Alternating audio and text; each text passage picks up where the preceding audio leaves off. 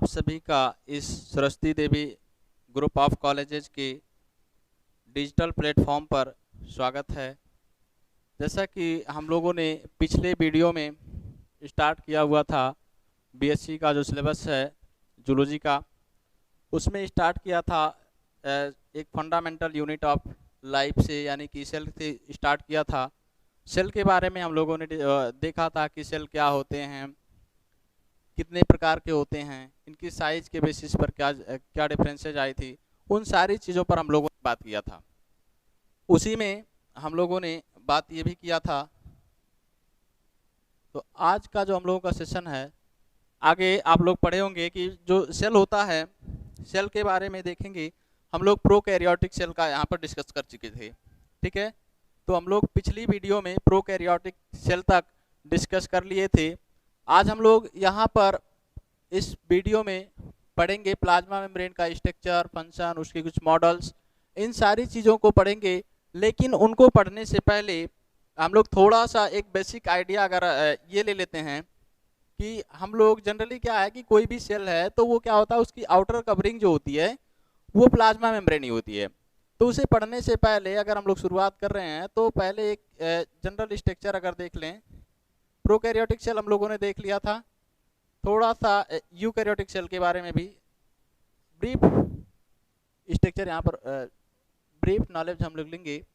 देखिए, अगर eukaryotic cell की बात करेंगे तो वो किस तरह से बना होता है। इसमें यहाँ पर ये विलाई लगे होते हैं, ठीक है, इस तरह से ये विलाई लगे होते हैं।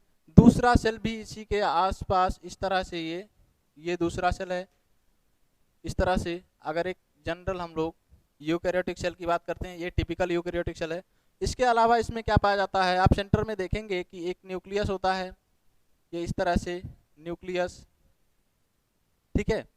अब ये न्यूक्लियस के ऊपर ये देखिए, ये इसका न्यूक्लियर मेम्ब्रेन है, ठीक है।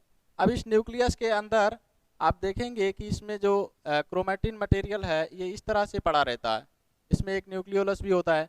तो ये सारी संरचनाएं इसमें मिलती हैं। इसके अलावा इसमें क्या पाया जाता है, आप बनाएंगे कि यहाँ पर ये इस तरह से एंडोप्लाज्मिक रेटिकुलम पाया जाता है।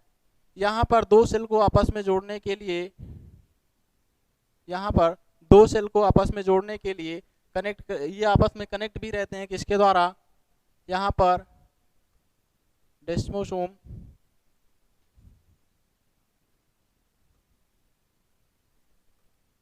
डेस्मोसोम के द्वारा कनेक्ट रहते हैं। ये इसका न्यूक्लियस है। तो मेन डिफरेंस हम लोगों को ये मिला था कि कोई भी अगर यूकैरियोटिक सेल है या प्रोकैरियोटिक सेल है तो उसमें क्या था कि जो यूकैरियोटिक सेल होता है उसके ऊपर एक न्यूक्लियर मेम्ब्रेन होती है, जबकि प्रोकैरियोटिक सेल में क्या होता है, उनके ऊपर कोई भी न्यूक्लियर मेम्ब्रेन नहीं होता है। यही मेन डिफरेंस है। इसके अलावा बहुत सारे डिफरेंसेज हैं। जितने भी सेल ऑर्गेनेल्स होते हैं मोस्टली प्रोकैरियोट में नहीं होते हैं, यूकैरियोट में ये सारी चीज़ें होते हैं। तो ये सब आप बेसिक स्ट्रक्चर आप लोगों को पता होगा क्योंकि आप इंटरमीडिएट अच्छे से पढ़ करके आए हैं। हम लोग यहाँ ग्रेजुएशन लेवल पर हैं। तो इन सब को हम लोग आगे डिस्कस करेंगे, एक एक करके हर पार्ट के बारे में डिस्कस करेंगे। लेकिन यहाँ पर जैसे यहाँ पर देखेंगे कि इसके ऊपर राइबोसोम वगैरह भी लगे रहते हैं, इस तरह से राइबोसोम्स लगे रहते हैं, ठीक है, ये राइबोसोम। अब इसके ऊपर हम देखेंगे कि इसके ऊपर एंडोप्लाज्मिक रेटिकुलम भी इस तरह से लगा रहता है, ये एंडोप्लाज्मिक रेटिकुलम। तो ये इसके ऊपर भी राइबोसोम्स लगे होते हैं। ये जनरल डायग्राम है जो कि आप लोगों को पता होगा। तो हम लोग एक एक करके सबके बारे में पढ़ेंगे। तो सबसे पहले जो इसका आउटर कवरिंग है, अगर हम लोग बात करें इसके आउटर कवरिंग की, तो सबसे आउटर कवरिंग क्या है इसकी, यानी प्लाज्मा मेम्ब्रेन है, प्लाज्मा मेम्ब्रेन।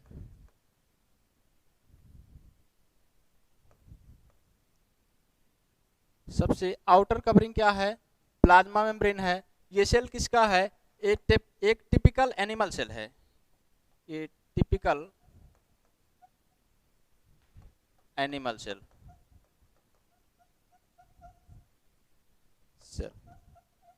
तो एक टिपिकल एनिमल सेल के अंदर क्या क्या चीजें पाई जाती हैं, ये विलाई है, ठीक है। इसके अलावा ये जो है गोल्जी है, ये इसके ऊपर राइबोसोम लगे होते हैं, ये ER है, एंडोप्लाज्मिक रेटिकुलम यानी ER, ठीक है। इसके अलावा इसमें भरे हुए जो भी लिक्विड होंगे उन सबको हम लोग क्या बोलते हैं, साइटोप्लाज्म। आगे अगर हम लोग देखेंगे न्यूक्लियस है, ये सेल का न्यूक्लियस,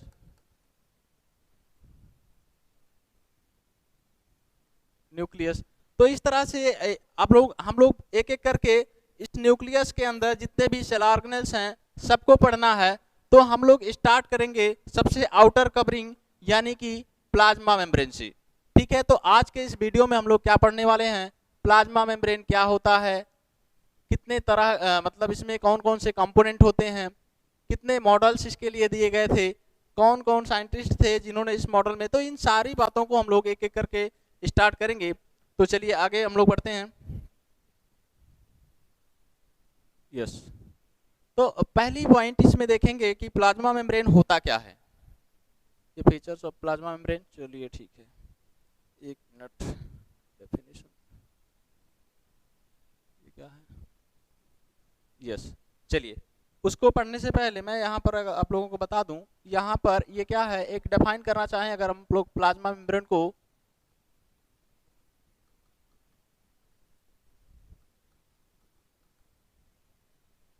अगर प्लाज्मा मेम्ब्रेन को हम लोग डिफाइन करना चाहें तो प्लाज्मा मेम्ब्रेन देखो इस तरह से, ये आप लोगों को एक सेल जो दिख रहा है, तो सबसे सेल की जो आउटर कवरिंग होती है, कोई भी सेल हो, वो यूकैरियोट हो, प्रोकैरियोट हो, कोई भी सेल हो, तो एवरी ऑर्गेनिज्म, कोई भी सेल हो, जो सेल है, वायरस नहीं, जो भी सेल है वो क्या होता है, every type of organism is bounded by a thin और फ्लेक्सिबल डेलिकेट लिविंग होता है, ठीक है। सेलेक्टिवली परमिएबल होता है, सेलेक्टिवली परमिएबल मेम्ब्रेन के द्वारा क्या होता है, ये घिरा रहता है या सराउंडेड रहता है, बाउंडेड रहता है, तो उसी को हम लोग क्या कहते हैं, प्लाज्मा मेम्ब्रेन। तो प्लाज्मा मेम्ब्रेन क्या है, प्लाज्मा मेम्ब्रेन एक फ्लेक्सिबल, थिन यानी कि पतला सा होता है, डेलिकेट होता है, लिविंग होता है, इन सबको क्या कहते हैं हम लोग, प्लाज्मा मेम्ब्रेन। तो अगर हम किसी भी सेल के बारे में बात करें, चाहे वो सेल कैसा हो, हमने यहाँ पर लिखा है every type of cells, every type में क्या हो गए, चाहे वह प्रोकैरियोट हो, यूकैरियोट हो,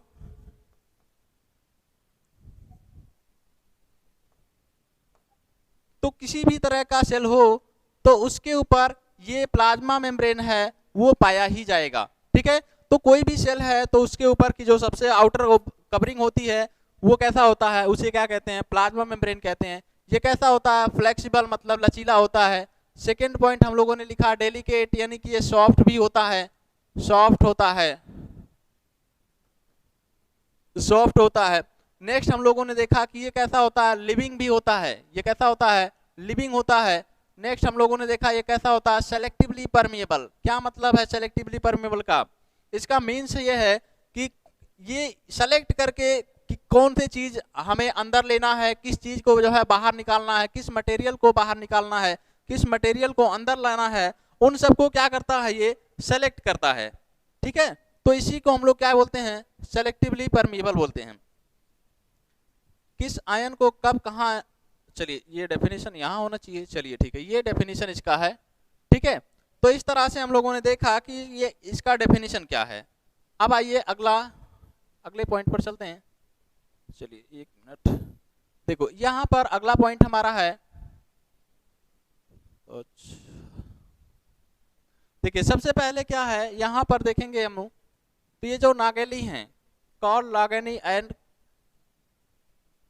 कार्ल क्रेमर, ये दोनों साइंटिस्ट ने सबसे पहले क्या दिया, इन दोनों ने दिया एक टर्म, क्या इन्होंने दिया क्या, कि जो टर्म प्लाज्मा मेम्ब्रेन है, सेल मेम्ब्रेन, इन दोनों ने ही क्या दिया था, सेल मेम्ब्रेन का टर्म दिया था, ठीक है। इसके बाद दूसरे साइंटिस्ट आए, एक तो नागेली हो गए और क्रेमर, ये दोनों ने क्या दिया कि जो किसी भी सेल की आउटर कवरिंग होती है उसको हम लोग क्या कहते हैं, सेल मेम्ब्रेन। यह टर्म किसने दिया, नागेली साहब ने दिया। दूसरा टर्म है प्लाज्मा लेमा, क्या है, प्लाज्मा लेमा। ये प्लाज्मा लेमा टर्म किसने दिया था, तो ये प्लोवो साहब ने दिया था, इन्होंने ये टर्म दिया, ठीक है, आगे चलते हैं। ये तो थोड़ी सी, चलिए अगले पॉइंट पर चलेंगे।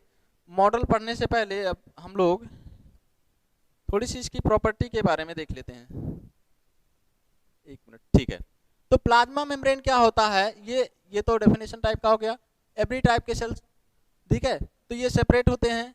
लिविंग सेल अपने सराउंडिंग से ये क्या करता है, जैसे मान लो ये कोई सेल है, ये कोई सेल है, अब एक सेल यहाँ है तो इस तरह से दूसरा सेल भी यहाँ पर होगा, तो एक सेल को दूसरे सेल से क्या करता है, ये इनको डिफरेंशिएट करता है, मतलब उन्हें अलग करता है। दूसरा आप देखेंगे कि प्लाज्मा मेम्ब्रेन क्या है, इसमें सेलेक्टिव परमिएबिलिटी पाई जाती है। इसमें क्या होती है, सेलेक्टिव परमिएबिलिटी, जो कि हम लोग पहले पढ़ चुके हैं। सेलेक्टिव परमिएबिलिटी का मतलब अब इस प्लाज्मा मेम्ब्रेन के थ्रू किस आयन का या किस मटेरियल का एक्सचेंज करना है या इससे बाहर किसको एक्सपोर्ट करना है, ये सब इसमें क्या पाया जाता है, सेलेक्टिविटी का पावर पाया जाता है। ठीक है, ये क्या करता है, कुछ पदार्थों को अपने अंदर आने देता है और कुछ को जो है वो नहीं आने देता है, तो इसलिए इसको क्या कहते हैं, सेलेक्टिव परमेबल कहते हैं। तो ये कुछ इसके प्रॉपर्टीज हैं। चलिए अगला पॉइंट हम लोग लेते हैं यहाँ से। चलिए इसके कुछ मॉडल्स भी देखने हैं हम लोगों को। तो इसके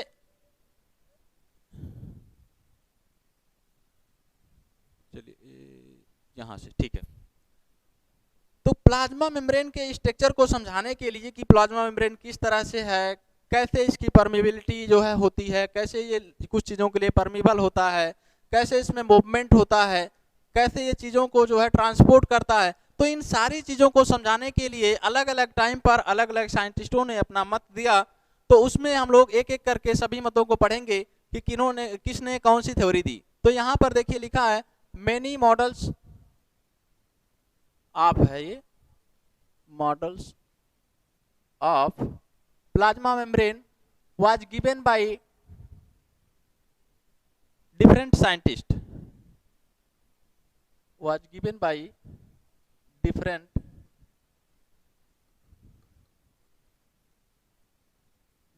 scientists, ये नहीं है, ये नहीं है, ठीक है, different scientist from time to time, समय समय पर क्या हुआ, अलग अलग समय पर जो अलग अलग साइंटिस्ट हैं उन्होंने क्या दिया, अपना अपना मत दिया, क्या करने के लिए, यह एक्सप्लेन करने के लिए, क्या एक्सप्लेन द स्ट्रक्चर है, ये स्ट्रक्चर, ये टाइपिंग एरर है, ठीक है, स्ट्रक्चर एंड एवोल्यूशन, मतलब ये प्लाज्मा मेम्ब्रेन का स्ट्रक्चर कैसा है, इसकी एवोल्यूशन कैसे हुई, किस तरह से इसका जो है ओरिजिन हुआ, इन सारी चीज़ों को बताने के लिए अलग अलग साइंटिस्ट जो हैं वो अलग अलग समय पर, ठीक है, इन्होंने अलग अलग थ्योरी दिया। तो इसमें से कुछ थ्योरी को हम लोग यहाँ पर डिस्कस करेंगे। जैसे पहला थ्योरी अगर हम लोग देखें तो कैसा है, फॉस्फोलिपिड, यानी लिपिड और लिपिड बाइलेयर। तो इस थ्योरी को हम लोग पढ़ेंगे, लिपिड और लिपिड बाइलेयर क्या होता है। दूसरा थ्योरी है यूनिट मेम्ब्रेन मॉडल, दूसरा जो मॉडल है यूनिट मेम्ब्रेन मॉडल, किसने दिया, कैसे दिया, क्या, इसको हम लोग आगे देखेंगे। नेक्स्ट इस तरह से क्या है, सैंडविच मॉडल, ठीक है, ये भी पढ़ेंगे। और अगली थ्योरी जो हमारा है वो क्या है, fluid mosaic model, fluid mosaic model. चलिए आगे चलते हैं। चलिए देखिए ये लिपिड और लिपिड बाइलेयर में क्या है, मैं इसको थोड़ा ऊपर करूं,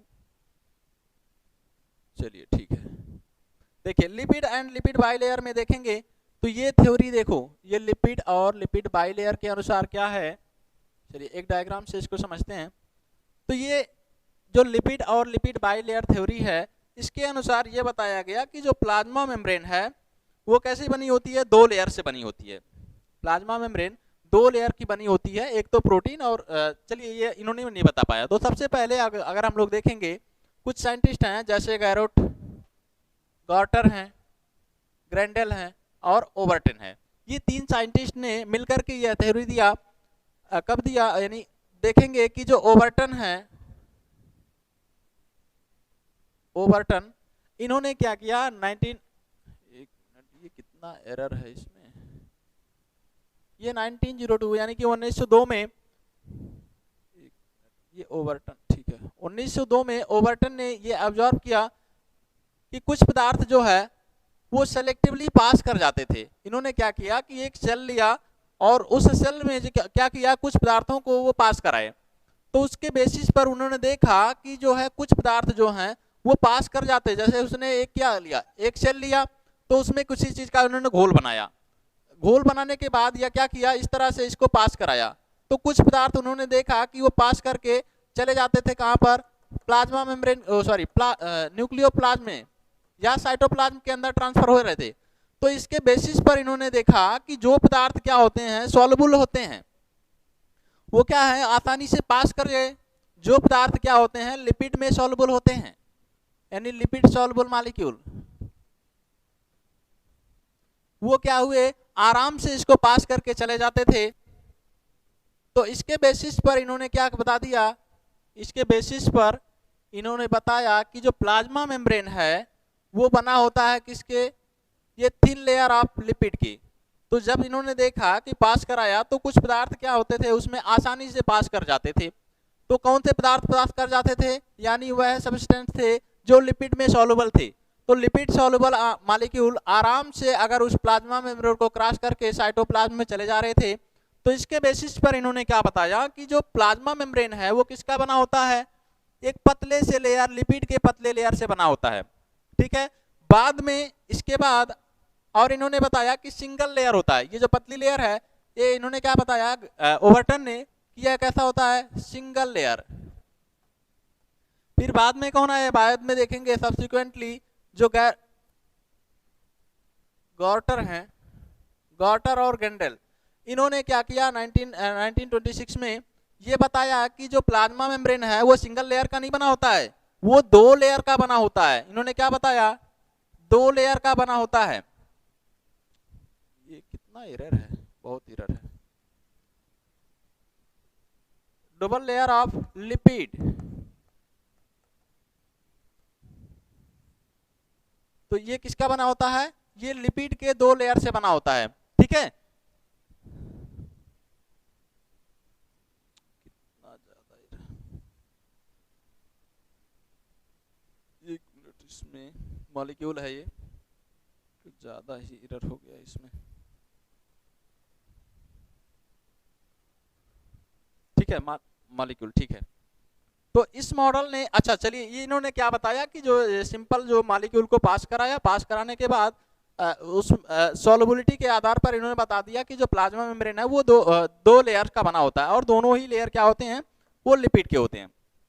फिर क्या हुआ, ये मॉडल किसको एक्सप्लेन नहीं कर पाए, तो ये एक्सप्लेन नहीं कर पाए क्या इसकी प्रॉपर स्ट्रक्चर है, इसको नहीं बता पाए। Proper structure of plasma membrane, plasma membrane की जो प्रॉपर स्ट्रक्चर है वो किस तरह की होती है, ये थ्योरी इसको एक्सप्लेन नहीं कर पाई। ठीक है, तो अगली थ्योरी पर चलते हैं हम लोग। दूसरा थ्योरी जो हमारा है, यूनिट मेम्ब्रेन मॉडल। दूसरी जो मॉडल है हमारी क्या है, यूनिट मेम्ब्रेन मॉडल, या इसी को हम लोग क्या कहते हैं, प्रोटीन, लिपिड, लिपिड बाइलेयर और प्रोटीन। मतलब इस थ्योरी के अनुसार क्या हुआ कि जो प्लाज्मा मेम्ब्रेन है वो कितने लेयर से बना होता है, यानी ऊपर प्रोटीन की लेयर होगी, नीचे प्रोटीन की लेयर होगी, और बीच में इस तरह से देखेंगे तो जो अगर हम लोग बीच में करेंगे तो बीच में यहाँ पर क्या पाए जाते हैं, ये लिपिड मॉलिक्यूल, इस तरह से बताया। ठीक है, तो ये लिपिड मॉलिक्यूल होंगे इस तरह से। ठीक है, ऊपर भी प्रोटीन है और नीचे भी प्रोटीन है और बीच में क्या है, लिपिड मॉलिक्यूल है। तो इस तरह की थ्योरी को किसने दिया, ठीक है, ये प्रोटीन है। तो देखिए यह थ्योरी दिया किसने, यह थ्योरी दिया था रॉबर्टसन ने। कब दिया था, 1960 में। ठीक है, इस हाइपोथेसिस के अनुसार, ये इस हाइपोथेसिस क्या कहता है कि कोई भी सेल हो, एवरी टाइप ऑफ सेल्स, कोई भी सेल हो, उसके जो प्लाज्मा मेम्ब्रेन है उसमें यूनिटी मिलती है। उस यूनिटी का मतलब वो सबकी जो स्ट्रक्चर है, बनावट है, वो कैसा होता है, बिल्कुल सेम होता है, एक ही पैटर्न पर होता है।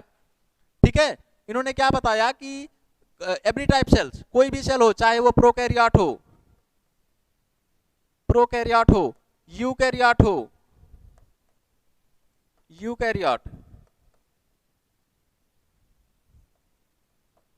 यूकैरियोट हो या प्रोकैरियोट हो, कोई बैक्टीरिया हो, कुछ भी हो, तो सभी के सेल में क्या पाई जाती है, एक यूनिटी पाई जाती है कि सबके सेल कैसे होते हैं, ट्राइलैमिनर होते हैं।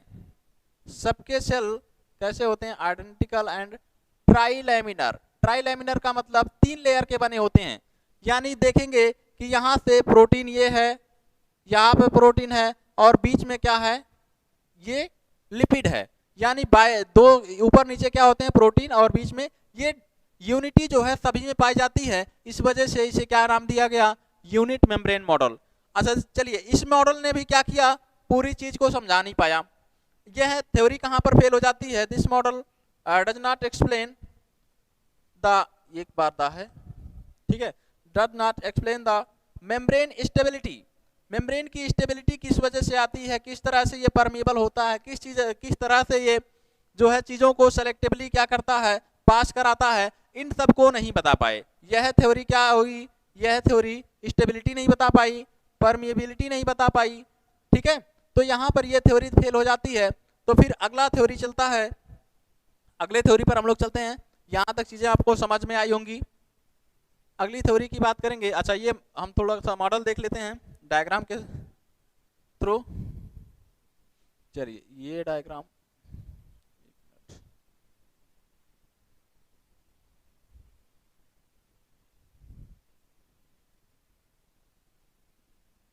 ये है यूनिट मेम्ब्रेन मॉडल, ठीक है। किसने दिया था ये, रॉबर्टसन ने दिया था। किसने दिया था, रॉबर्टसन मॉडल भी इसे कहा जाता है, ठीक है। इसके अनुसार क्या है, जैसे मान लो ये आउटर है, आउटर सरफेस, यानी कि देखेंगे कि ऊपर ये देखिए प्रोटीन का लेयर है, प्रोटीन लेयर है, और इनर भी क्या है, प्रोटीन लेयर। अब इन दोनों के बीच में ये क्या है, ये लिपिड है, ये क्या है, लिपिड लेयर। तो इन्होंने बताया कि कोई सा भी सेल हो, किसी भी तरह का सेल हो, ये लिपिड के बाइलेयर हैं, एक दो, ठीक है, ये बाइलेयर लिपिड है। तो कोई भी सेल हो, एवरी टाइप ऑफ सेल्स, उसमें क्या पाई जाती है, सबकी जो बेसिक स्ट्रक्चर है वो कैसा होता है, सेम होता है, यानी ट्राइलैमिनर होता है। कैसा होता है, ट्राइलैमिनर।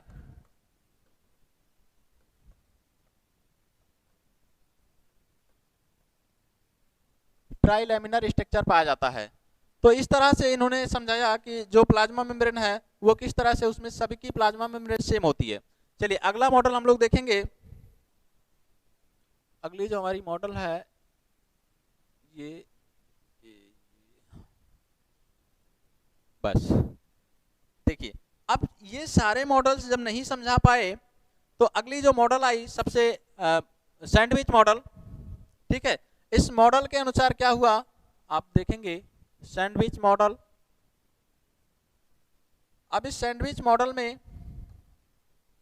इनके अनुसार किसने इसने दिया, इसको डेनाइल एंड डॉब्सन ने दिया। डॉब्सन और डेनाइली ने दिया। कब दिया, 1935 में दिया। तो इनके अनुसार क्या है कि जिस तरह से हम लोग देखते हैं सैंडविच खाते हैं, सभी लोगों ने खाया होगा, तो जो प्लाज्मा मेम्ब्रेन है वो किस बेसिस पर होता है, वो सैंडविच की तरह से होता है। इन्होंने क्या बताया कि जो प्लाज्मा मेम्ब्रेन है वो किस तरह का होता है, सैंडविच के तरह से होता है। जैसे कैसे अभी समझा रहे हैं हम, तो पहले एक बार डेफिनेशन देख लेते हैं। देखिए इस मॉडल के अनुसार जो प्लाज्मा मेम्ब्रेन है वो मेडअप ऑफ किसका बना होता है, bilayer of lipid, bilayer of lipid, जो कैसा होता है, सैंडविच के तरह से होता है। जो सैंडविचेज यानी एक सैंडविच के तरह से सैंड होता है, सैंडविच रहता है between the two layers of protein. तो जिस तरह से आप देखते हैं कि जो सैंडविच है वो कैसा होता है, आप देखेंगे कि दो ब्रेड के नीचे, जैसे आप देखेंगे कि जैसे हम लोग खाते हैं क्या, दो ब्रेड के, जैसे इसको मान लो आप ब्रेड, ठीक है। तो इस ब्रेड के बीच में क्या भरा रहता है, यहां पर सैंड भरे होते हैं, यहां पर क्या भरे होते हैं, ठीक है। इस तरह से ये मान लो ऊपर का ब्रेड है, नीचे का ब्रेड है। चलो इस तरह से आप देखेंगे कि ये क्या है, एक ब्रेड तो ऊपर है, ये ब्रेड है, ठीक है, दूसरा ब्रेड नीचे है,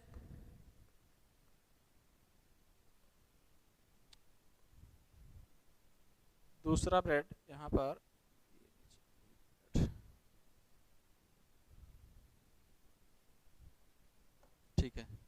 यहाँ पर दूसरा प्लेट क्या है, नीचे है। अब इनके बीच में क्या है, ये जो सैंड भरे होते हैं, यानी कि जो मटेरियल्स बीच में भरे होते हैं उसको, ठीक है, तो इसे क्या कहते हैं, इस तरह के मॉडल को। उसी तरह से ये भी क्या होता है, सैंडविच की तरह से होता है। देखिए ये ऊपर जो है ये प्रोटीन का लेयर, नीचे भी प्रोटीन का लेयर, और ये बीच में क्या होते हैं, ये सैंड पार्टिकल की तरह से, ये देखिए जिस तरह से सैंडविच में भरे हुए होते हैं मटेरियल्स बीच में, उसी तरह से पाया जाता है। इस वजह से इस मॉडल को क्या कहें, सैंडविच मॉडल। ठीक है, आगे नेक्स्ट चलते हैं अगले पॉइंट पर। अगला जो मॉडल है हमारा,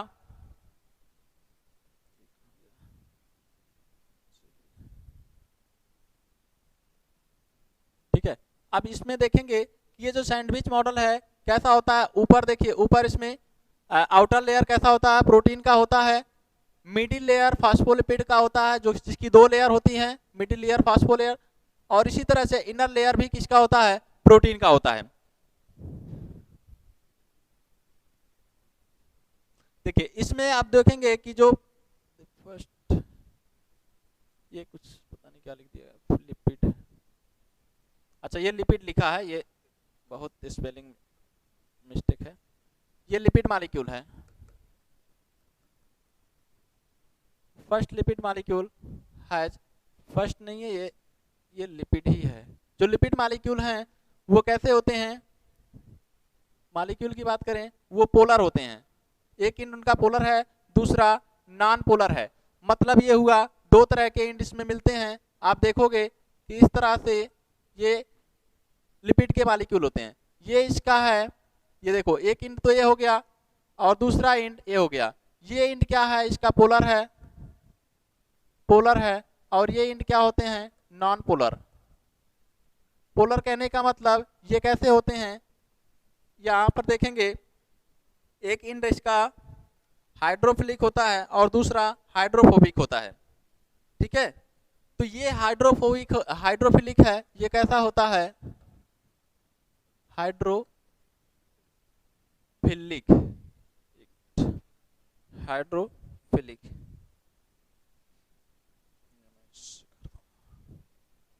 हाइड्रोफिलिक।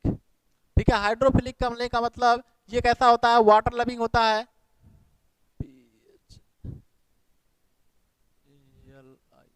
ठीक है, हाइड्रोफिलिक होता है मतलब ये वाटर लविंग यानी वाटर सॉल्युबल होता है। ठीक है, और दूसरा नॉन पोलर इंड यानी कि ये वाटर इनसॉल्युबल होगा, वाटर इनसॉल्युबल, वाटर इनसॉल्युबल होगा। अब यहाँ पर देखेंगे कि यह थ्योरी भी फेल हो जाती है। कब फेल होती है, देखिए यहाँ से ये एक्सप्लेन नहीं कर पाती है क्या, functional, not explain, functional specificity, इसकी स्पेसिफिसिटी को नहीं एक्सप्लेन कर पाती है। इसके अलावा किस तरह से इसमें एक्टिव ट्रांसपोर्ट होता है, इस चीज़ को भी ये नहीं एक्सप्लेन कर पाती है। तो यहाँ पर यह थ्योरी भी क्या हो जाती है, फेल हो जाती है। इसके बाद आता है सबसे मोस्ट यूनिवर्सली एक्सेप्टेड मॉडल, जिसको हम लोग फ्लूइड मोज़ेक मॉडल के नाम से जानते हैं। ठीक है, यहाँ पर ये है सबसे most accepted model, fluid mosaic model. ठीक है, इसको किसने दिया था, तो यहाँ पर आप देखेंगे S J Singer and GL Nicolson, ये किसने दिया था, ये सबसे यूनिवर्सली एक्सेप्टेड मॉडल है, सबसे अच्छा वाइडली एक्सेप्टेड मॉडल है। ठीक है, इसने प्लाज्मा मेम्ब्रेन के पूरे मॉडल को, पूरे प्लाज्मा मेम्ब्रेन के स्ट्रक्चर, उसकी परमेबिलिटी, उसकी सेलेक्टिबिलिटी, सारी चीज़ों को इन्होंने क्या किया, बताया। तो इस मॉडल के अनुसार क्या है, जो प्लाज्मा मेम्ब्रेन है वो composed of phospholipid and protein का, किसका बना होता है, लिपिड और प्रोटीन का बना होता है। जिसमें हम फास्फोलिपिड की अगर या लिपिड की बात करें तो इसकी बाई लेयर होती है, जैसा कि सभी में हम लोगों ने पढ़ते आए हैं। इसी तरह से अगर देखेंगे तो फास्फोलिपिड जो है ये बाई लेयर बनाती है। इन सेंटर बीच में क्या होते हैं, इसके 2 लेयर होते हैं। इसके अलावा अगर देखेंगे तो इसके 2 इंड होते हैं। यहाँ पर अभी हम लोगों ने बताया कि इसके पास 2 इंड होते हैं। एक तो क्या है, अनसैचुरेटेड फैटी एसिड, अगर बात करें फैटी एसिड जो इसका ये टेल बनाता है, ये टेल का फॉर्मेशन करेगा। इसके अलावा जो ग्लिसरॉल है ये क्या बनाएगा, इसके हेड का फॉर्मेशन करेगा। ठीक है, जो क्या करते हैं, क्लोज पैकिंग को रोकते हैं। जो क्लोज पैकिंग का मतलब हो गया, जिसका मतलब क्या है क्लोज पैकिंग का, रिड्यूस द कॉम्पैक्शन, जिससे फ्लूइडिटी, मेम्ब्रेन की फ्लूइडिटी बनी रहती है। कॉम्पैक्शन को क्या करते हैं, ये रिड्यूस करते हैं जैसे, तो इसके वजह से इसकी क्या होती है, फ्लूइडिटी बनी रहती है। चलिए आगे चलिए, ये है हमारा फ्लूइड मोज़ेक मॉडल। खूबसूरत सा डायग्राम आपके सामने। चलिए अब इसमें देखेंगे कि जैसे प्लाज्मा मेम्ब्रेन है, ये कैसा बना होता है। देखो यहाँ पर आप देखोगे कि ये दो लेयर किसके हैं, ये दो लेयर हैं फास्फोलिपिड के बाइलेयर हैं। ठीक है, अब इसी तरह से आप देखोगे इसके अलावा क्या पाए जा रहे हैं, प्रोटीन के लेयर्स भी पाए जाते हैं। आप देखो प्रोटीन भी है, यहाँ पर प्रोटीन है, दूसरा प्रोटीन है, इस तरह से ये सारे प्रोटीन हैं। तो इस मॉडल के अनुसार जो प्लाज्मा मेम्ब्रेन है वो तीन लेयर का बना होता है, यानी दो लेयर तो किसके हो गए, फास्फोलिपिड के, और प्रोटीन भी इसमें पाए जाते हैं। तो यहाँ पर जो मोज़ेक मॉडल है, मोज़ेक आप जानते हैं कि जैसे दीवार पर, घरों में या फर्श पर क्या बनाया जाता है, एक मोज़ेक पैटर्न बनाया जाता है। इस तरह से आप देखेंगे कि शो के लिए इस तरह से मोज़ेक पैटर्न उसमें जो गिट्टी के या इस तरह से बनाए जाते हैं। उसी तरह से यह भी क्या है, एक मोज़ेक के पैटर्न में है। जैसे कुछ जगह लिपिड है, लिपिड के बीच बीच में क्या है, प्रोटीन यहाँ पर लगा दिए गए हैं। तो आप देखेंगे कि इसमें ये मोज़ेक के टाइप से है। तो कितने तरह के प्रोटीन आप देखेंगे, देखिए अब दो तरह के प्रोटीन इसमें पाए जाते हैं। कौन कौन, सबसे ऊपर आप देखेंगे कि एक वह प्रोटीन जो कहाँ पर होते हैं, आउटर सरफेस पर होते हैं। वो प्रोटीन जो आउटर सरफेस पर होंगे उसे हम लोग एक्सट्रांसिक प्रोटीन बोलेंगे। एक्सट्रांसिक प्रोटीन